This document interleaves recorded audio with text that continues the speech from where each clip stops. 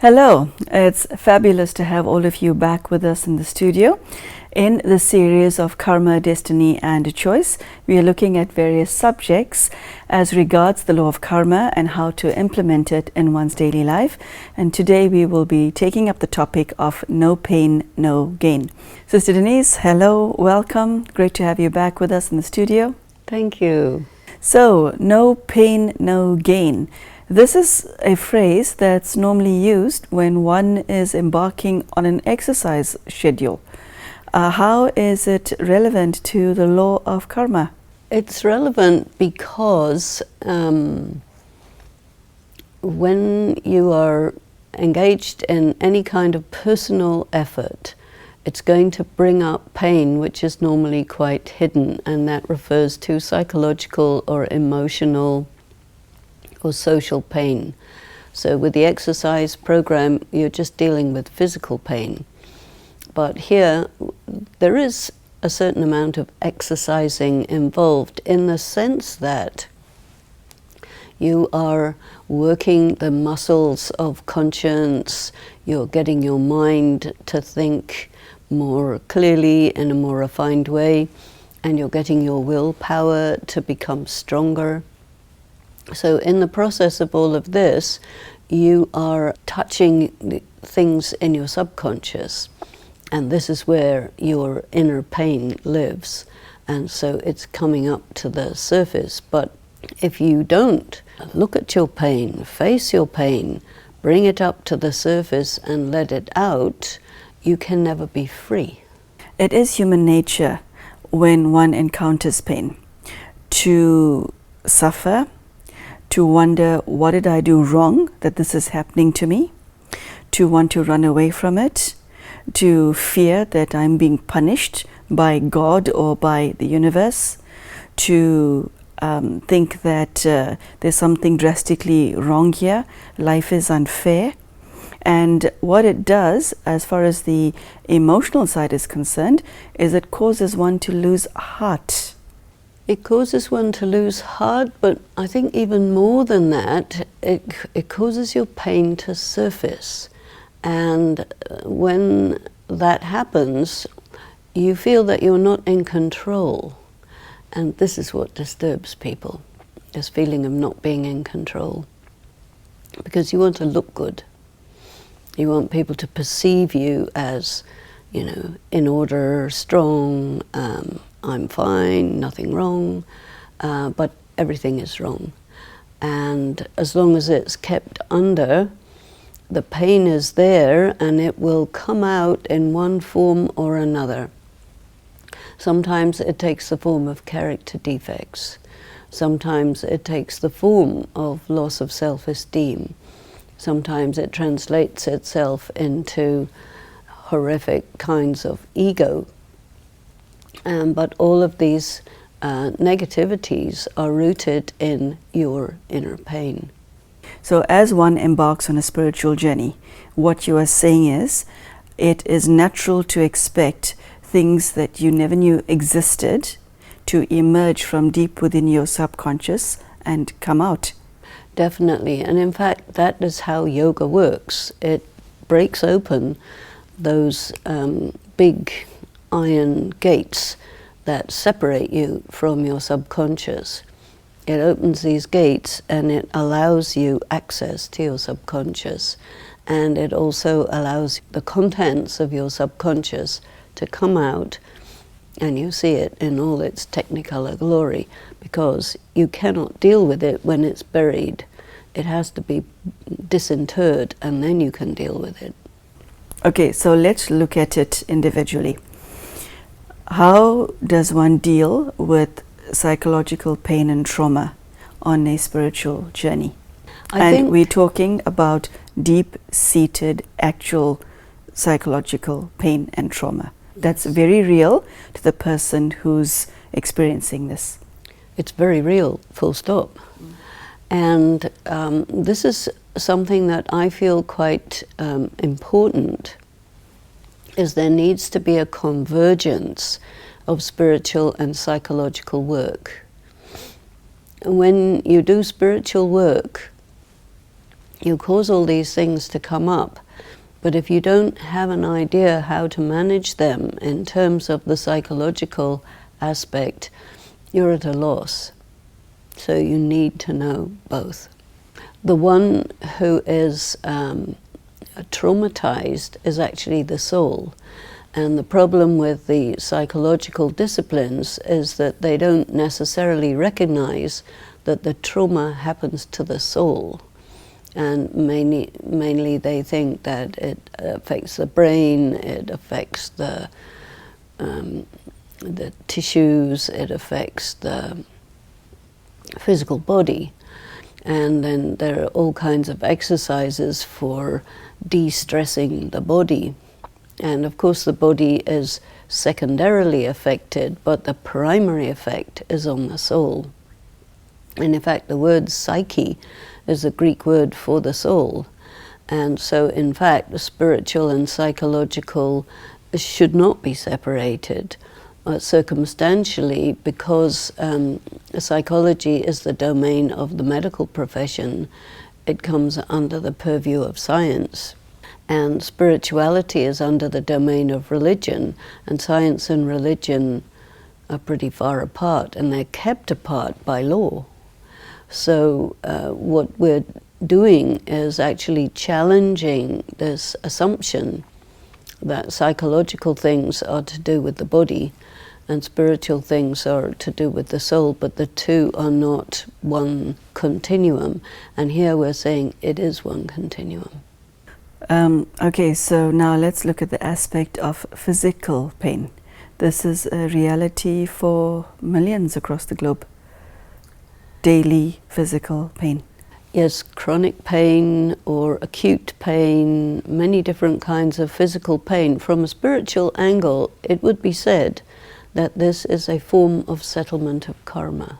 The body that you get when you're born has certain natural tendencies towards certain strengths and certain weaknesses.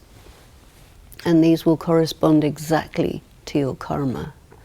So you can, in a sense, read your karma by reading your body. But it's still very subtle.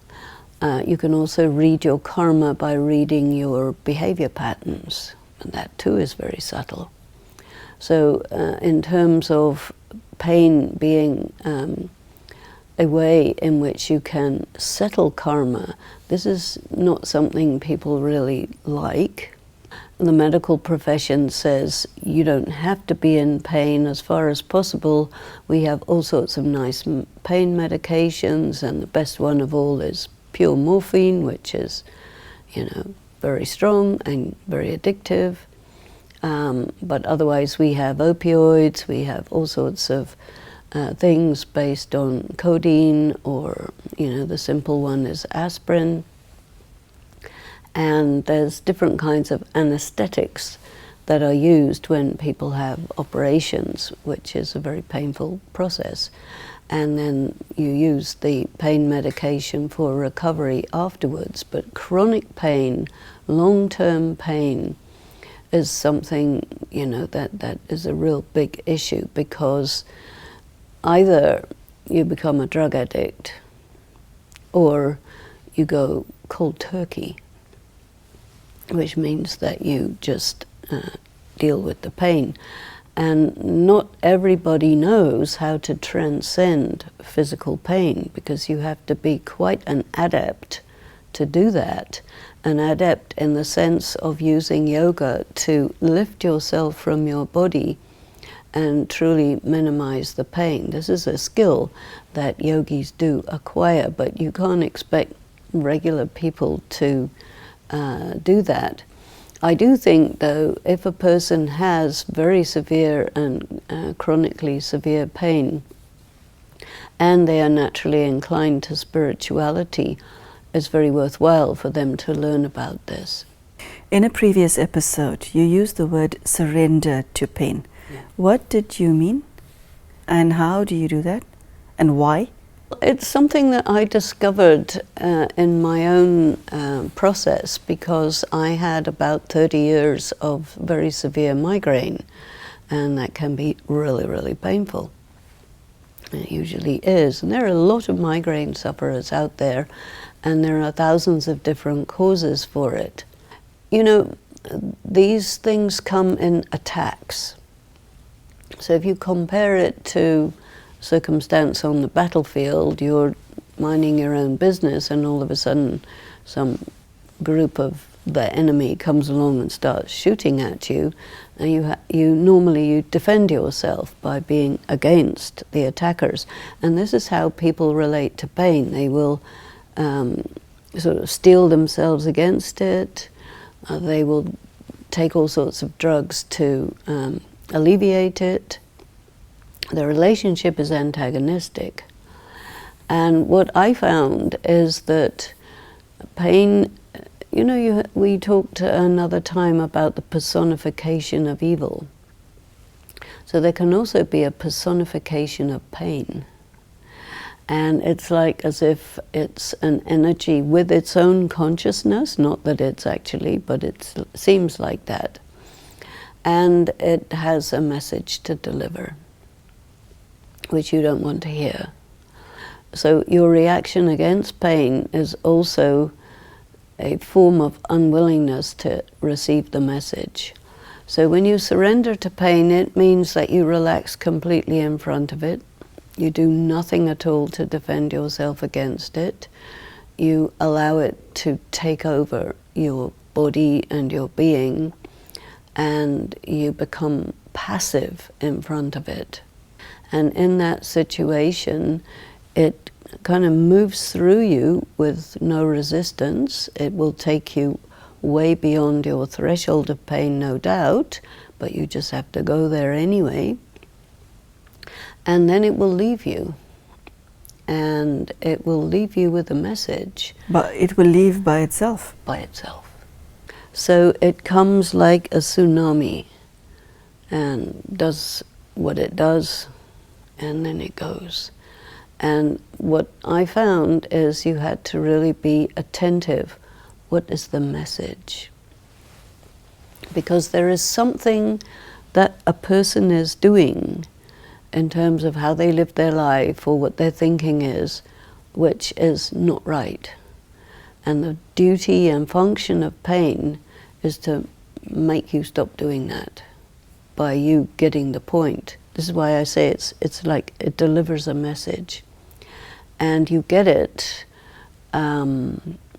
strangely enough, the thought comes to you, or the realization comes, like an inspiration, something like this, and then it goes, and you are free. And these negative pains that are sitting inside you is an accumulation from many, many incarnations. You cannot become free from everything all at once, because that's way outside your range of endurance. But bit by bit you can. And this is why it comes in waves, so that you get through a wave at a time, and gradually the quantity of poison or pain which is in you will come out. And this is why it is said that illness is a form of settlement of karma, because when illness is erupting, it is some sort of karmic negativity that is translating itself into something more like a chemical poison, or some sort of fungus, or something in the body that doesn't belong, that needs to come out, because otherwise it will kill you. So when you're facing settlement of karma through the body, do you enlist medical help as well as use spirituality, or does one embarking on a spiritual practice just use spirituality? It is said in our way of studying this that you should use both. But in my case, I came to a point where it became clear to me that if I continued to use pain medication, I would become a drug addict. So I had to make a choice. Do you want to be a drug addict or not? So I said, no, no need. So then it means you take the pain. So I decided to do that. And that is really the time when I discovered how pain has to be surrendered to, how it will come through you, more or less like a lightning bolt. It's very extreme and it goes through you, and it needs to find a pathway without resistance. Because if there's no resistance, then it can deliver its message, and whatever it is that's in you that has to come out will come out. But, you know, you have to have a very high tolerance for pain to do that. Okay, so we spoke about psychological pain, we spoke about physical pain. The world is filled with people who are suffering emotional pain and trauma as a result of relationships that they're engaged in. It could be parent-child, it could be spousal, it could be brother and sister, aunt and niece, uncle, nephew, broad spectrum emotional pain and trauma. What does one do in that situation? Do you just say, this is my karma, I'm destined to suffer, so be it? Or do you do something about it? And Sister Denise, I need to ask you this question in this context. When it comes to the settlement of karma, should you make like a victim and just say, I have to take it because of something I've done in the past? Or can you take a strong stance and say, I am aware that this is my karma, but I still have to take measures to protect myself? We were talking about the scales earlier. How do you balance it so that your life is not one of suffering? First of all, you have to understand that this conflict that's going on between yourself and someone else in another relationship is a sign that there is an outstanding karmic account. And this is why all of this happens within families, because you will get born in the family with people with whom you have outstanding accounts, and you can't avoid them because you're part of that family, you can't run away. So that karma will put you there and say, here you are, these are the people you have your debt with, and then the negative activity starts playing out, and there are scenarios of perpetrator-victim, as you were mentioning. Now, the first thing you have to do is to detect and make it clear to yourself that, okay, my relationship with this person is bad because there's a karmic account. An alternative diagnosis is, you can say, my relationship with this person is bad because I have a particular weakness, and it's only in this bad relationship that my weakness will be in my face.